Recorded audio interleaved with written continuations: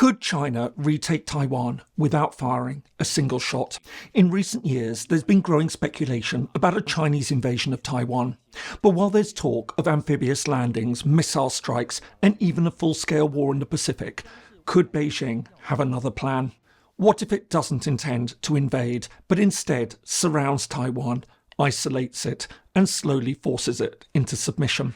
Hello and welcome. If you're new to the channel, my name is James Ker-Lindsay, and here I take an informed look at international relations, conflict, security, and statehood. When we think of sieges, we tend to think of medieval warfare. However, they're also a feature of modern conflict. But instead of castle walls and battering rams, today's sieges are focused on various forms of isolation and disruption. Using physical blockades, sanctions and cyberattacks, the aim is not only to cut off access to fuel, food and medicines, but also to information and parts of the global infrastructure. By crippling economies, the aim is to make life so difficult that surrender becomes the only option. In this sense, siege warfare hasn't disappeared, it's merely adapted and evolved. All of this is coming to international attention with discussions over Taiwan's future. Until now, the focus has been on the possibility of a Chinese military invasion. However, attention is now turning to another option. Instead of storming the island, which could result in a devastating loss of life, there's growing speculation that Beijing may instead try to force it into submission by cutting it off from the rest of the world. But just how realistic is this idea? Taiwan, officially the Republic of China, is an island located about 160 kilometres or roughly 100 miles off the southeast coast of mainland China. At 36,000 square kilometres or around 14,000 square miles, it's approximately 400 kilometres or 250 miles long and 90 kilometres or roughly 50 miles wide at its broadest point. Two-thirds of the island is mountainous and most of its population is located on a narrow coastal strip on the west of the island. Economically, Taiwan is a high-income democratic society with one of the world's most advanced tech sectors, producing over 60% of the world's advanced semiconductors and 90% of the most advanced computer chips. While China has an ancient history, our story really starts in 1912 when the imperial dynasty fell, leading to the creation of the Republic of China. However, the country was deeply divided and a civil war erupted in 1927 between the nationalists and the communists. Although fighting paused following the Japanese invasion of Manchuria in 1931, it resumed following the Second World War, and in late 1949, communist forces seized control of the mainland, creating the People's Republic of China. Meanwhile, the nationalists now retreated to Taiwan, where they continued to claim sovereignty over the entire territory of the country. Although the People's Republic was quickly recognised by many communist states, including the Soviet Union, the Republic's claim to sovereignty continued to be accepted by much of the international community. As a result, Taiwan retained the Chinese UN seat and was one of 5 permanent members of the Security Council. However, attitudes soon began to change. In 1950, Britain became the first Western country to switch its recognition to the People's Republic, a decision taken to preserve its hold over Hong Kong. France then followed in 1964. By the start of the 1970s, the number of recognitions had grown to around 60, and a critical breakthrough came in 1971 when the UN General Assembly voted to pass China's seat to the People's Republic.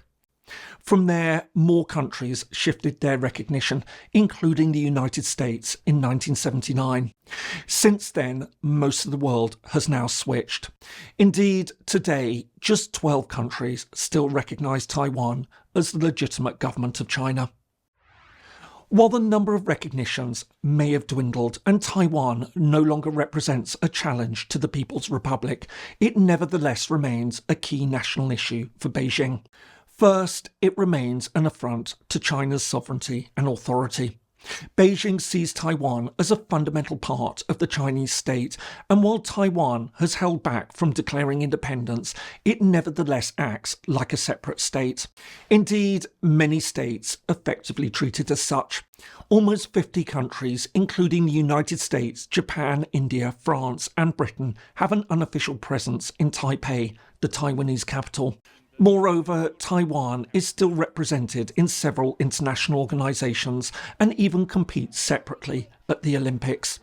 Secondly, rightly or wrongly, many in Beijing fear that Taiwan may try to break away, perhaps with the support of outside powers. While opinion polls suggest that most Taiwanese prefer the status quo, support for independence has nevertheless been growing. Figures suggest that up to a third now see statehood as an eventual option. Thirdly, it's a matter of pride. For the Communist Party, reunification goes far beyond regaining control of territory. It's about restoring China's historical greatness.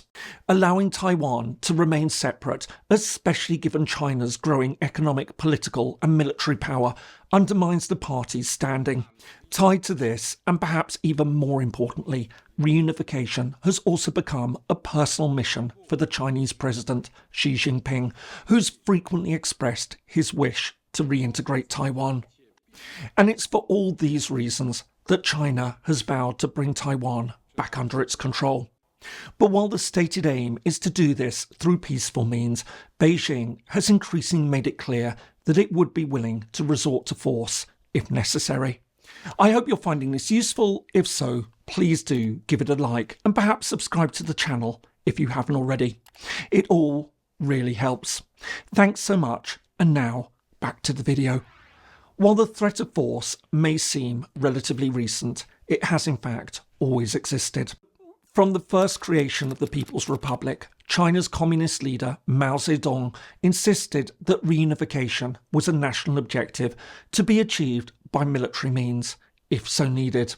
Indeed, Beijing seemed ready to invade at the start of the Korean War in 1950 until a strengthened US naval presence put it off.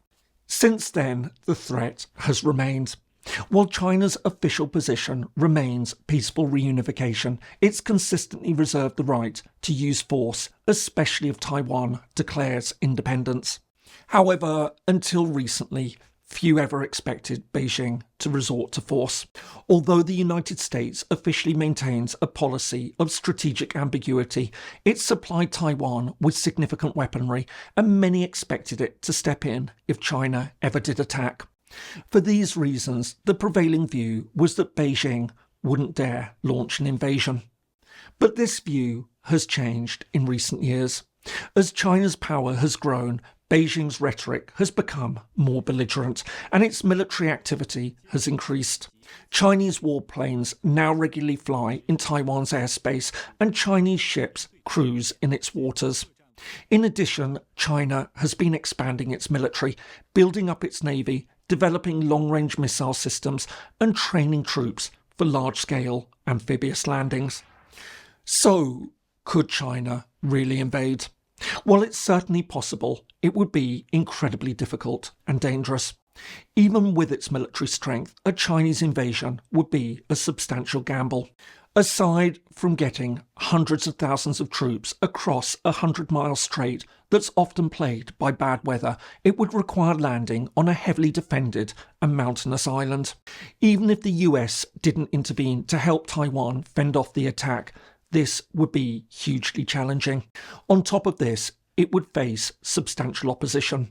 With a large and well-trained military of its own and a population overwhelmingly opposed to mainland rule, this could lead to brutal urban warfare and perhaps even a long-term insurgency. And even if China did eventually win the war, the casualties would be horrific. And all this is without even factoring in the broader international economic, political and diplomatic fallout from an invasion. And it's for these reasons that talk has instead increasingly turned to a siege. For many, this is a far better option. Situated so close to China, it would be easy to surround by naval forces and even aircraft. Moreover, Taiwan is especially vulnerable. As well as relying on trade for food and raw materials, the island imports over 96% of its energy. By imposing a naval and air exclusion zone around the island and targeting undersea cables and satellite communication links, the island would be rapidly isolated. Trade would halt, the economy would crash, and critical supplies would dwindle. At this point, or so the thinking goes, China would offer Taiwan a choice. Peaceful reunification, perhaps on beneficial terms, or prolonged hardship and potentially an eventual invasion. Assuming it took the former, the island would then be taken with minimal violence. So, if a siege is possible and less bloody than an invasion, why isn't it the obvious option? In truth, it isn't quite as straightforward as it may seem. While an invasion would require brute force, a siege would still carry considerable political, economic and diplomatic risks and still potentially result in a costly war. For a start, the strategy relies on the United States and others standing aside. While China would impose a military exclusion zone around the island and would hope that no one would dare to cross it, would it be prepared to fire on US ships and aircraft if they did try to pass through? And what if other countries joined? Would China be willing to sink American, French, British, Australian and Canadian vessels? This would spark a hugely dangerous war with other nuclear powers. The trouble is that if Beijing didn't stop them, the siege would fail and China would suffer a humiliating defeat. In this sense, a siege could only work if Beijing was sure that others wouldn't come to Taiwan's defence. But even if the US and others didn't try to break the blockade, a siege could still have profound implications for China. Many Western countries would impose heavy sanctions, and while Beijing may feel that it could weather this, it would still have a massive impact on the Chinese economy, especially if the West secured widespread support from Asia, Africa and Latin America.